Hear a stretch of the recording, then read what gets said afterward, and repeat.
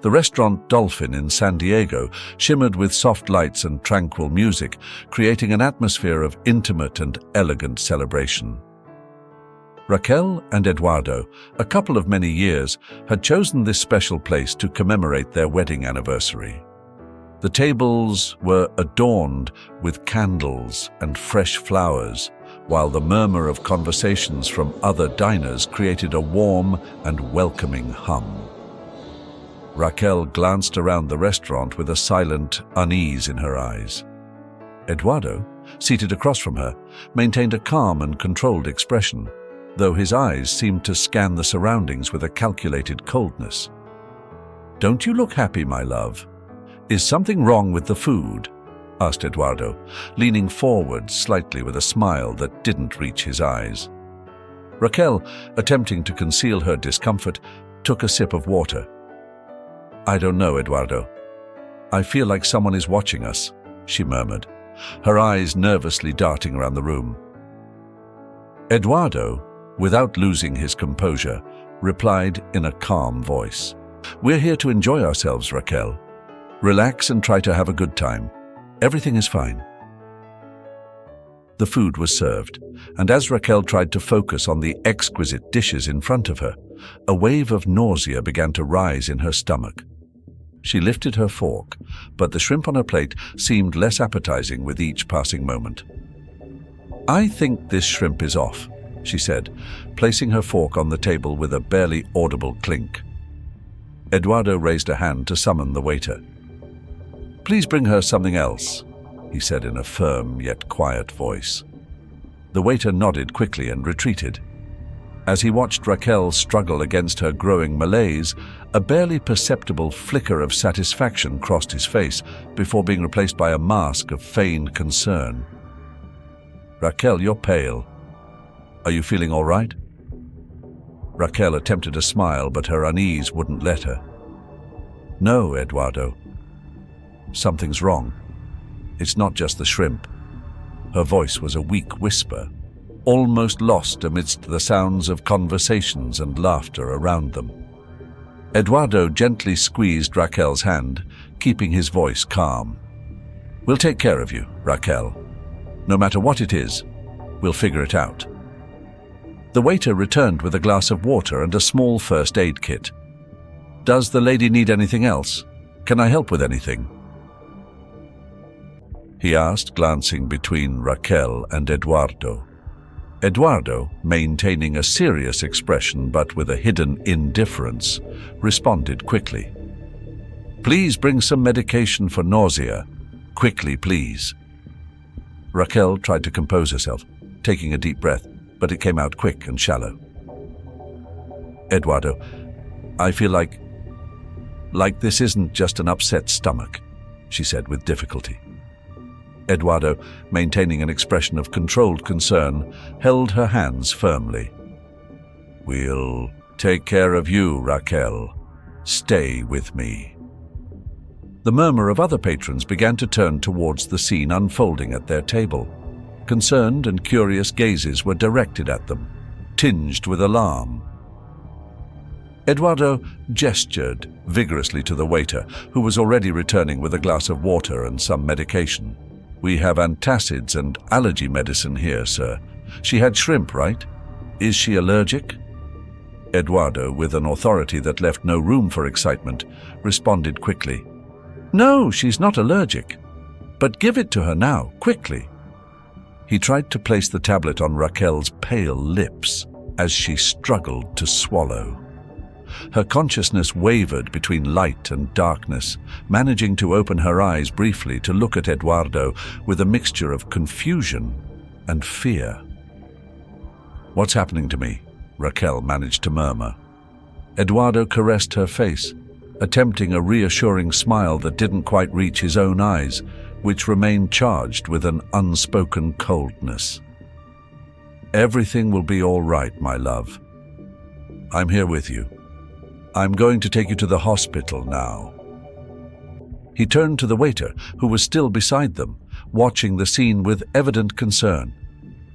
"Call an ambulance immediately and have someone control the crowd. We need space." Eduardo commanded in a firm voice. The waiter nodded and hurried away, pulling out his phone as he began to give orders to other restaurant staff. Meanwhile, Raquel, now slightly more conscious, gripped Eduardo's hand with surprising strength. "Eduardo, I don't understand. This doesn't feel right." I know," Eduardo responded, his eyes scanning the room as if searching for someone or something that could be the cause of the situation. "But I'm here, Raquel. We're not going to let this defeat us." The restaurant had transformed from a place of celebration and joy to a stage of worry and fear. Other customers were getting up, some approaching to offer help, while others simply watched from a distance, whispering theories and concerns. Finally, the ambulance arrived. The paramedics rushed in, quickly assessing the situation and moving Raquel onto a stretcher. Eduardo followed beside her, promising her that everything would be all right. "I'll take you to the hospital now. Everything will be fine," he repeated, as the ambulance sped away with its lights flashing, cutting through the quiet San Diego night. The ambulance sped through the streets of San Diego, its sirens breaking the silence of the night.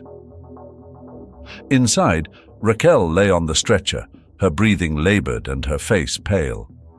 Eduardo remained by her side, holding her hand with a mixture of feigned concern and calculated coldness. "Hold on, Raquel.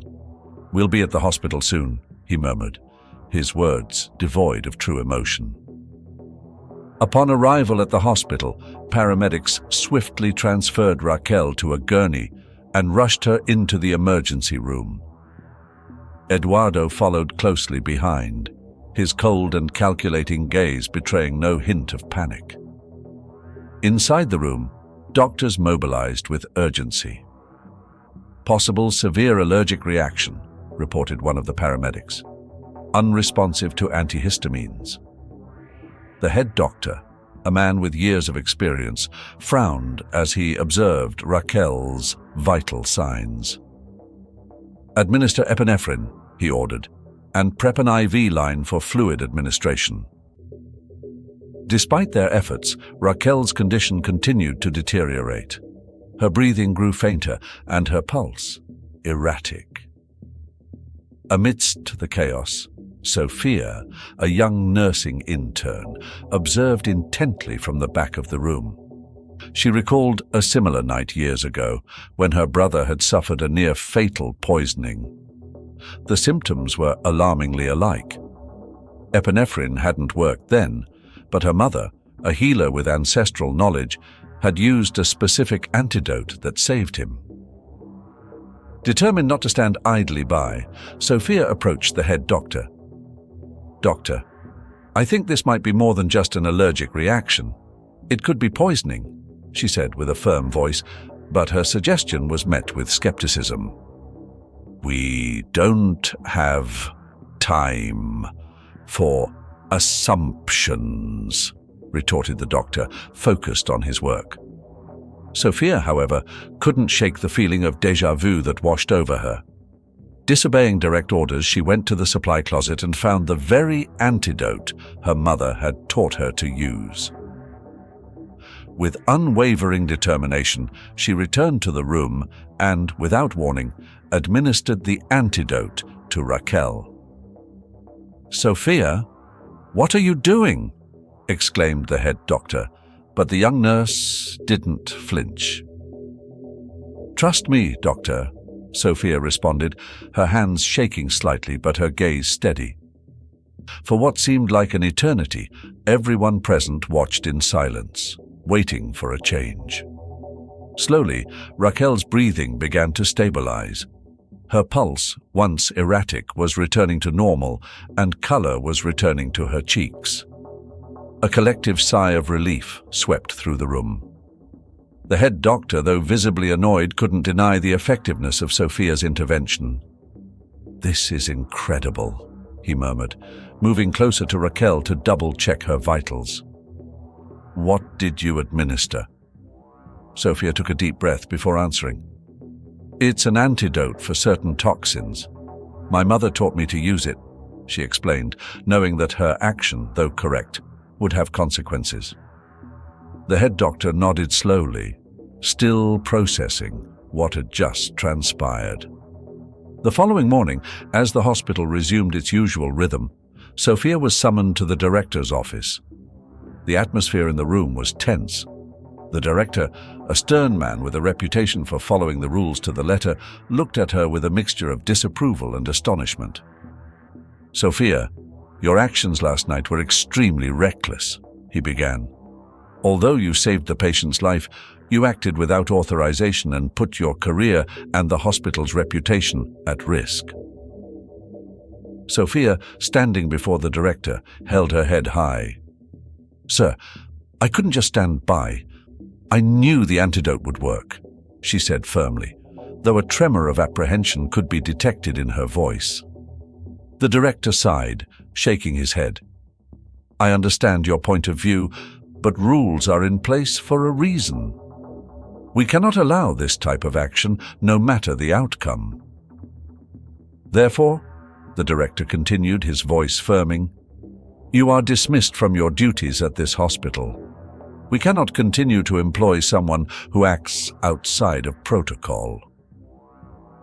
Sophia felt the ground disappear beneath her feet.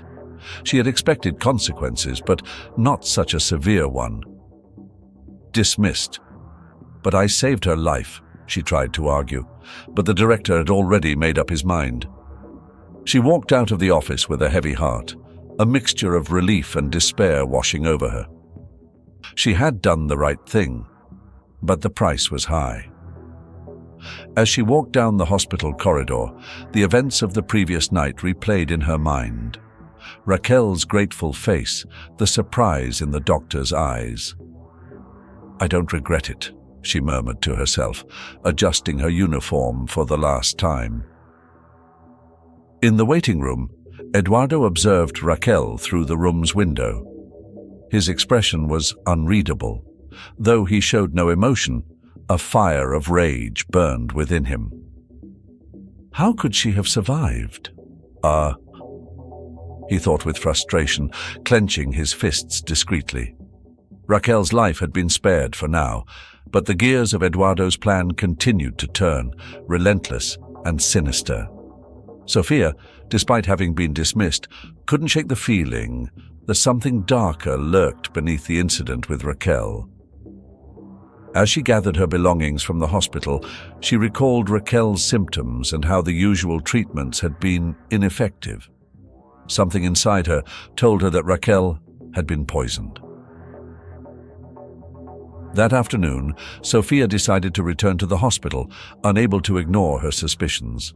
With renewed determination, she made her way to Raquel's room. Upon arriving, she knocked softly on the door and entered. Raquel, who was resting in bed, looked at her in surprise. "Hello, I'm Sophia. I was the nurse who helped you last night," Sophia began, trying to sound calm. "I didn't want to leave without making sure you were all right." Raquel smiled weakly. "Thank you, Sophia. I was told you were dismissed because of what you did. I'm so sorry." "Don't worry about that," Sophia replied, approaching the bed. "The important thing is that you are better. But there's something that's been bothering me. I think you might have been poisoned." Raquel frowned, her eyes filling with confusion and fear. Poisoned? But who would do such a thing? Sophia hesitated for a moment before speaking. "I'm not sure, but I've been thinking about what happened, and I believe there might be more at play here. Has your husband been acting strangely lately?" Raquel recalled the dinner and Eduardo's demeanor. There was something in his eyes and his tone that now seemed alarming. "Eduardo has always been controlled, but now that you mention it, there were moments when I felt uneasy around him." "I want to help you uncover the truth," Sophia said firmly. "If you agree, I can stay with you and help you investigate. We need proof." Raquel nodded slowly. "Yes, please. I don't know who else to trust." Over the next few days, Raquel was released from the hospital and Sofia became her caretaker, under the guise of a close friend offering support. Sofia moved temporarily into Raquel's house, and together they began to observe Eduardo's movements. One evening, while Eduardo was in his study, Sofia decided to act. She knew they needed solid evidence to prove their suspicions. Taking advantage of a moment when Eduardo stepped out, Sofia silently entered the study. Her heart pounded as she searched the drawers and shelves for anything incriminating. Suddenly, she found a small vial hidden in a compartment of the desk. It was a medicine bottle, but the contents didn't look like anything ordinary. Sofia took it and discreetly tucked it away before she heard approaching footsteps. She slipped out of the study just in time, before Eduardo returned. That same night, Sofia shared her discovery with Raquel. "I found this in Eduardo's study," she said, revealing the vial. "It could be the proof we need." Raquel stared at the vial with apprehension. "What do you think it is?" "We could take it to a lab for analysis," Sofia suggested. "But we have to be careful. If Eduardo realizes we are investigating, he could become more dangerous." The following morning, while Eduardo was away at a meeting, Sofia and Raquel discreetly made their way to a private laboratory. They handed over the vial and requested a thorough analysis. "We need to know if this contains any type of poison," Sofia explained to the lab technician. The technician nodded, promising results within a few days. As they waited, Sofia and Raquel continued to observe Eduardo. They noticed that he was making frequent, secretive phone calls, and he seemed increasingly nervous. One day, while Sofia was in the garden, she saw Eduardo leaving the house in a hurry. She decided to follow him, keeping a safe distance. Eduardo drove to a nearby park, where he met with a man Sofia didn't recognize. They sat on a bench and began speaking in hushed tones. Sofia moved closer, just close enough to overhear snippets of their conversation. Eduardo mentioned something about making sure there's no trace, and the next move. The other man nodded, seemingly agreeing to Eduardo's instructions. Her heart pounding in her chest, Sofia returned to the house and told Raquel everything. "Eduardo is planning something else. I don't know what, but we need to be ready." Raquel, though frightened, was resolute. "We can't let him get away with this. We need to find enough evidence to stop him." That night, while Eduardo slept, Sofia went through his mobile phone. She found messages that confirmed her suspicions. Eduardo had been in contact with several people, organizing what appeared to be a plan to get rid of Raquel permanently. "We have to act fast," Sofia whispered. "Tomorrow we'll go back to the lab for the results. If it's poison, we'll go straight to the police." Raquel nodded, her determination mixed with fear. "I won't let him hurt me again." With a growing sense of urgency, Sofia and Raquel prepared for what was to come. Eduardo, unaware of their plans, continued his charade as a concerned husband, not suspecting that the two women were joining forces to unmask him. The next morning, Sofia and Raquel went to the lab to collect the results of the analysis of the vial they had found in Eduardo's study. The lab technician greeted them with a serious expression. "We've analyzed the contents of the vial," he said, handing them a report. "It's a toxic substance, a slow-acting poison that could cause the symptoms you described." Raquel felt a chill run down her spine as she read the report. Sofia, with the document in hand, nodded resolutely. "This is enough to go to the police," she said firmly. "We can't wait any longer." At the police station, they presented the report to the inspector in charge. "We believe my husband, Eduardo, tried to poison me," Raquel explained, her voice trembling slightly. Here is the evidence. The inspector reviewed the report and the text messages Sofia had found on Eduardo's phone. The following day, the police arrived at Raquel's house with an arrest warrant. Eduardo, surprised and enraged, tried to protest. "This is a mistake," he shouted as the officers handcuffed him. "You don't know what you're doing." "We have enough evidence to arrest you, sir," the inspector said, showing him the report and the text messages. "You have the right to remain silent. Anything you say can and will be used against you." Raquel watched the scene with a mixture of relief and fear. Eduardo glared at her with hatred as they took him away. "You won't get away with this," he murmured.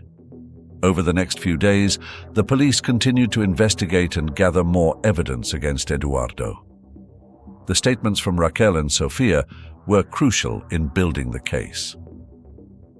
Finally, the day of the trial arrived. The courtroom was packed with journalists and curious onlookers, all eager to witness the outcome of this high-profile case. Raquel, accompanied by her lawyer and Sofia, sat in the front row. Eduardo, with a defiant expression, was led to the defendant's table. The prosecutor meticulously presented the evidence, showing the vial of poison, the text messages, and the testimonies of Raquel and Sofia. "The evidence is clear," the prosecutor concluded. "Eduardo attempted to murder his wife to inherit her fortune.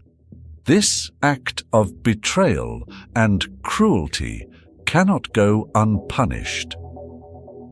During his questioning, Eduardo vehemently denied the accusations. "This is a conspiracy," he insisted. "Raquel and Sofia are lying to destroy me." But under pressure from the prosecutor and the overwhelming evidence, Eduardo finally broke. With a twisted smile, he admitted his guilt. "Yes, I tried to poison her," he said, his voice filled with disdain. "Raquel was always a naive fool. I just wanted her money. What's wrong with that?" A gasp of horror ran through the courtroom. Raquel, though prepared to hear the confession, couldn't help but feel a profound sense of sadness and betrayal. Sofia squeezed her hand, offering her support. The judge, visibly shocked by Eduardo's lack of remorse, delivered the sentence. "Eduardo, for the attempted murder of your wife, you are sentenced to the maximum penalty allowed by law. Your lack of remorse and the premeditated nature of your crime demand a strong response from the justice system." Eduardo was led out of the courtroom, his gaze filled with hatred fixed on Raquel. But Raquel, now free from his shadow, felt relieved and determined to rebuild her life. Shortly after the trial, Raquel filed for divorce. With the help of her lawyer, she made sure that Eduardo received no part of her fortune. "I will not allow him to control my life any longer," Raquel said firmly as she signed the final documents. Sofia, always by her side, supported her every step of the way. "You've been incredibly brave, Raquel," she said one afternoon as they walked together through the garden. "Now is the time to look ahead." Raquel smiled, feeling stronger than ever. "Yes, Sofia. Thanks to you, I have found the strength to fight. And now, it's time to start over." Raquel and Sofia, united by adversity and strengthened by the justice that had finally been served, decided to channel their experience into something positive. Sitting in Raquel's cozy living room, they discussed how they could help other women who found themselves in similar situations. "We need to do something that makes a difference," Raquel said, her voice firm and resolute.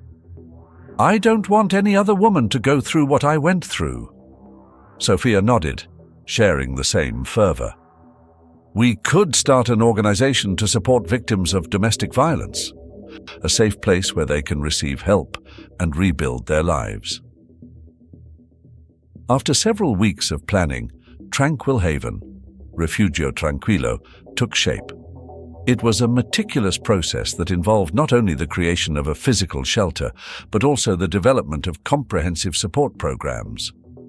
Raquel and Sofia worked tirelessly, using their contacts and resources to establish a solid foundation for the organization. The inauguration of Tranquil Haven was a moving event. Community leaders, survivors of domestic violence, and supporters came together to celebrate the beginning of new hope. Raquel, taking the microphone, addressed the audience. "Today marks the beginning of something great," she said, her voice resonating with emotion. "Tranquil Haven is not just a place of refuge, but also a beacon of hope and a symbol of resilience. Here, every woman will find the strength to rebuild her life." The opening event was also the first of many fundraising initiatives. With the help of the community, Raquel and Sofia organized charity dinners, silent auctions, and donation campaigns. The response was overwhelming. The generosity of the people allowed Tranquil Haven to begin operating without immediate financial worries. "Every contribution, no matter how small, makes a big difference," Sofia commented during a charity dinner. "Thanks to your support, we can offer essential services to those who need it most." As Tranquil Haven stabilized, Raquel and Sofia focused on developing programs that addressed the diverse needs of the women who came to the shelter. Psychological counseling sessions were established to help victims overcome trauma. Job training workshops were also created to empower them economically. "It is essential that women not only feel safe, but also self-sufficient," Raquel explained to a group of volunteers. "Economic independence is key to breaking the cycle of violence." In addition, legal programs were implemented that offered free legal advice and representation. Sofia, using her experience and knowledge, collaborated with local lawyers to ensure that every woman had access to justice. "We cannot allow victims to feel helpless in the legal system," Sofia stressed during a meeting with the legal team. "We must be their voice and support every step of the way." The impact of Tranquil Haven quickly became evident. Women of different ages and backgrounds found in the shelter not only a place to heal, but also a community that supported them unconditionally. One afternoon, while walking through the shelter's garden, Raquel and Sofia watched a group of women participating in a therapeutic gardening workshop. "Look at what we've accomplished," Raquel said with a smile. "Each of these women is finding their way to recovery." "And this is just the beginning," added Sofia. "There are so many more who need our help. We must move forward, expand our programs, and reach more people." With that determination, Raquel and Sofia continued to work tirelessly. Tranquil Haven became a model for other similar initiatives in the country. The success stories of the women who passed through the shelter inspired many, demonstrating that with the right support, human resilience knows no bounds. With the growing success of Tranquil Haven, Raquel and Sofia began to face new challenges. The demand for the shelter's services was constantly increasing, and the current facilities were becoming too small. In addition, ensuring the safety of the women at the shelter became increasingly complicated. "We need more space and resources," Raquel said during a meeting with the management team. "We can't continue to operate at this rate without compromising the quality of our services." "I agree," Sofia added. "But we must also consider safety. Every day we receive more threats from the aggressors who are looking for their victims." In the midst of these challenges, Anna, a former colleague of Raquel's, appeared. "Hello, Raquel," Anna greeted with a kind smile. "I've heard about Tranquil Haven, and I want to help. I think I could contribute a lot to your cause." Raquel, though surprised by Anna's appearance, welcomed her with open arms. "All help is welcome, Anna. We have many challenges ahead, and any support is valuable." However, Sophia noticed something strange in the way Anna behaved. There was something in her eyes and her movements that didn't quite fit. Over time, Sophia's suspicions grew, especially when she began to notice that Anna was taking too much interest in the financial and security aspects of the shelter. "Raquel, I think we should investigate Anna a little more," Sophia suggested one day while reviewing expansion plans. "There's something about her that doesn't add up to me." Raquel frowned. "What are you talking about, Sophia? Anna has always been a good person." "I don't know," Sophia replied, worried. "But lately I've seen some things that make me doubt her intentions." Determined to get to the bottom of it, Sophia began to investigate Anna. She discovered that Anna had recently been in contact with Eduardo, something she did not mention to Raquel. This further increased her suspicions. Carefully, Sophia reviewed Anna's call and email logs. One day, while reviewing Anna's office, Sophia found a series of emails between Anna and Eduardo. In them, Anna and Eduardo discussed in detail how to sabotage Tranquil Haven from within. Additionally, there were explicit references to Raquel's poisoning, making it clear that Anna had been Eduardo's accomplice. Sophia felt a chill run down her spine as she read the emails. She knew she had to act quickly to protect Raquel and the women at the shelter. Wasting no time, she printed the emails and took them directly to Raquel. "Raquel, you have to see this," Sophia said, her voice trembling slightly. "Anna has been conspiring with Eduardo. They were planning to sabotage the shelter and she was also involved in your poisoning." Raquel, upon reading the emails, fell silent, her face hardening. "I can't believe it," she murmured. "Anna, a friend of so many years. How could she do this to me?" "We must act now," Sophia insisted. "We can go to the police with this evidence and make sure Anna pays for what she has done." "Yes," Raquel agreed, her voice firm. "But first we need to make sure the shelter is safe. We cannot allow their plans to affect us any further." With the help of the management team, Raquel and Sophia implemented new security measures at the shelter. They increased surveillance and reviewed all security systems for potential vulnerabilities. At the same time, they informed the police about the evidence they had found.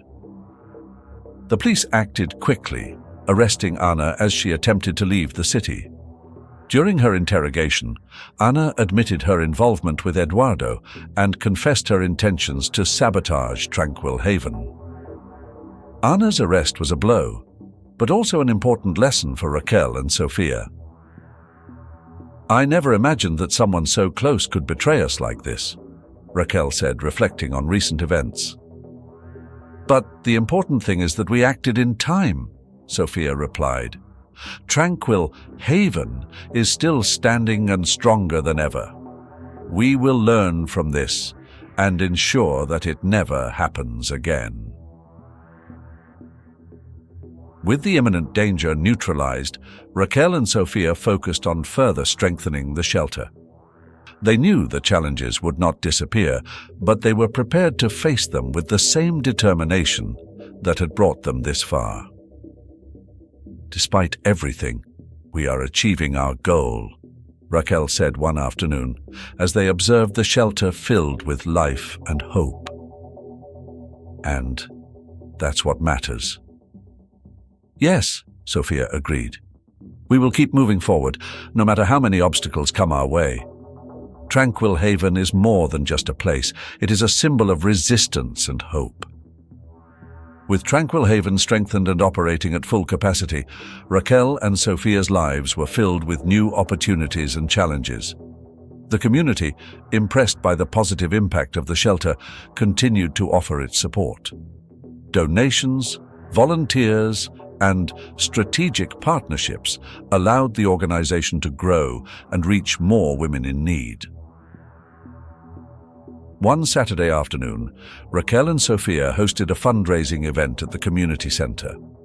The hall was simply but elegantly decorated, reflecting the welcoming spirit of the shelter. Friends, supporters, and new faces filled the place, ready to collaborate and learn more about the mission of Tranquil Haven. During the event, Raquel met Daniel, a man with warm eyes and a sincere smile who had donated generously to the shelter. "Hello, Raquel," he said, extending his hand. "It's a pleasure to finally meet you. I've heard so much about the incredible work you are doing here." Raquel returned his smile and shook his hand. "Thank you, Daniel. Your support has been invaluable to us. How did you hear about Tranquil Haven?" "I work with a foundation that supports initiatives like yours," Daniel explained. "I wanted to come and see firsthand the impact of our support." The conversation flowed easily between them, sharing ideas and experiences. The connection they felt was immediate and deep, a mixture of admiration and mutual respect.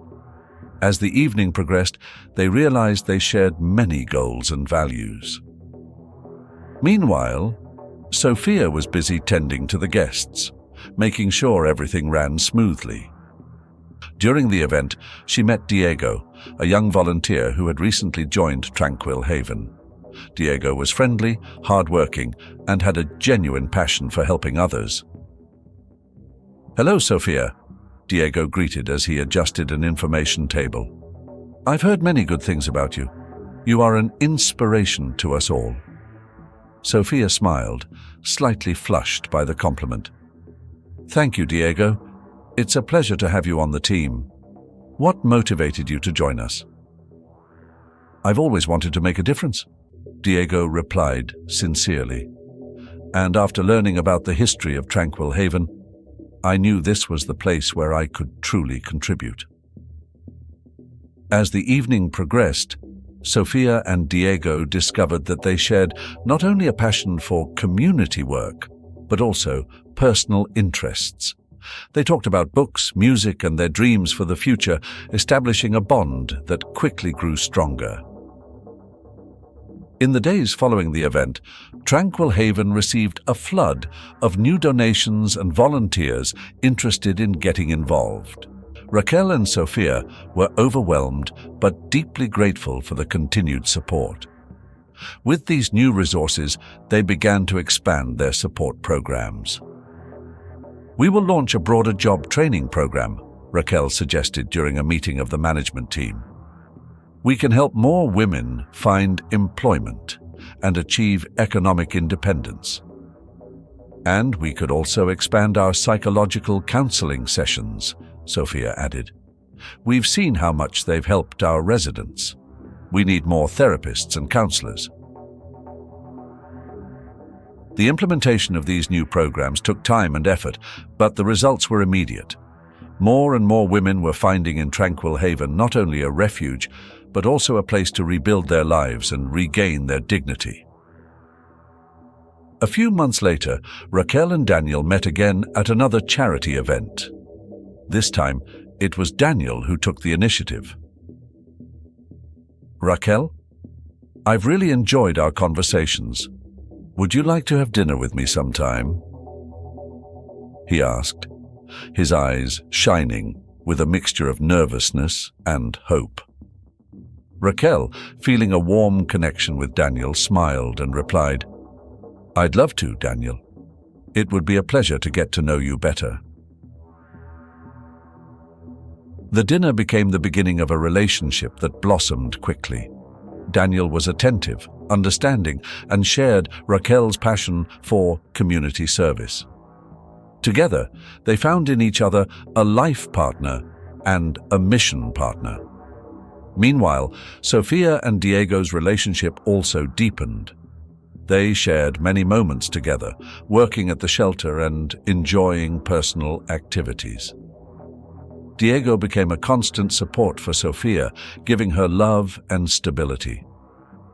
One day, as they were walking in the park near the shelter, Diego took Sofia's hand and looked into her eyes.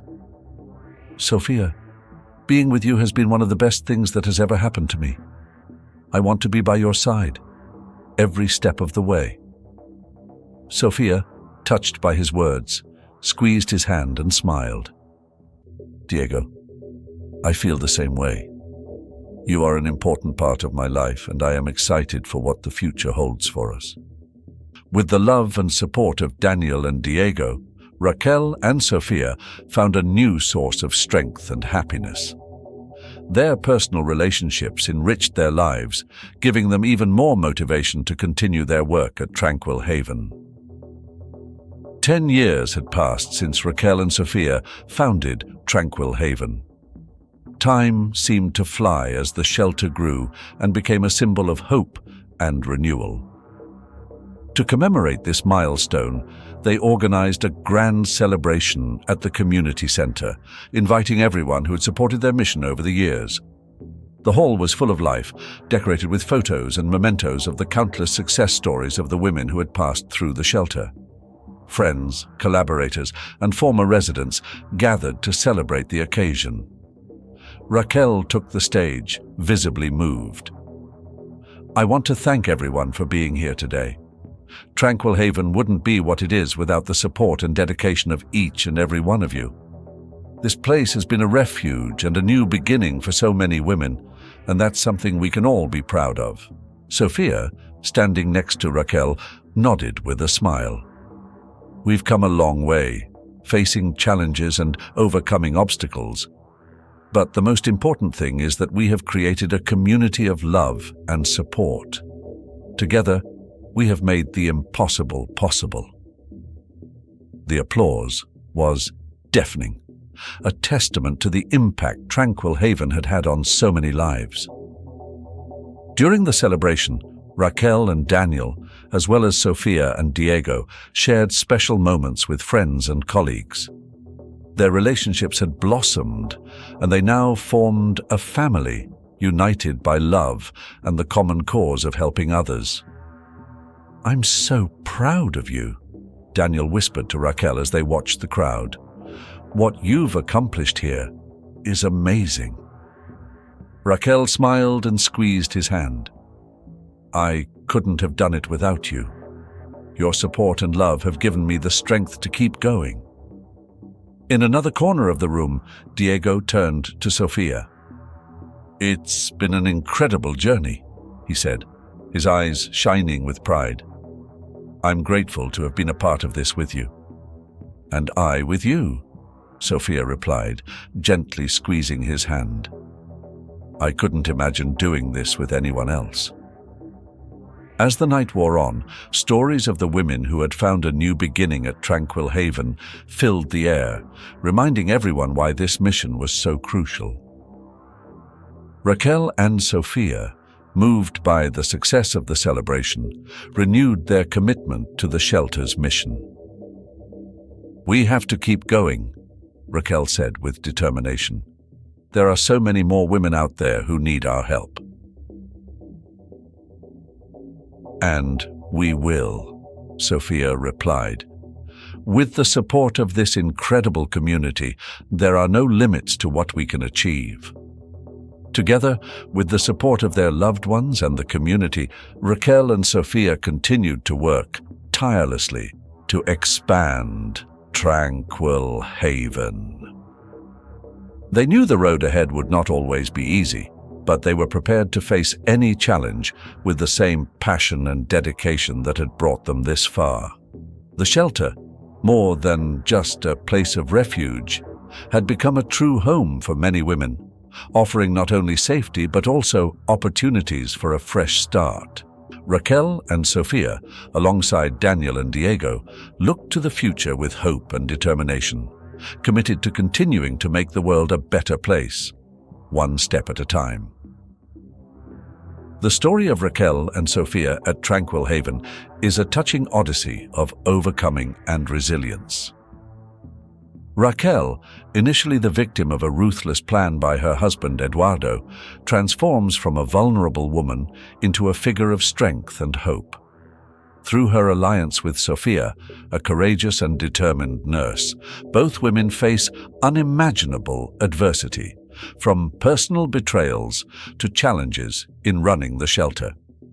The journey of these women not only highlights the importance of solidarity and mutual support, but also underscores the human capacity to find light in the darkest of times. The transformation of Tranquil Haven from an idea to a bastion of safety and empowerment for abused women is a testament to the positive impact that dedication and passion can have. From this story, a profound lesson is drawn. True strength lies in unity and community. Through their joint efforts, Raquel and Sophia not only healed their own wounds, but also created a space where other women can find the strength to rebuild their lives. Their story is a powerful reminder that, with support and determination, it is possible to overcome any adversity and build a brighter future. If you found this story as moving as we did, please like and comment to let us know how you feel. Don't forget to subscribe to the channel so you don't miss other meaningful stories.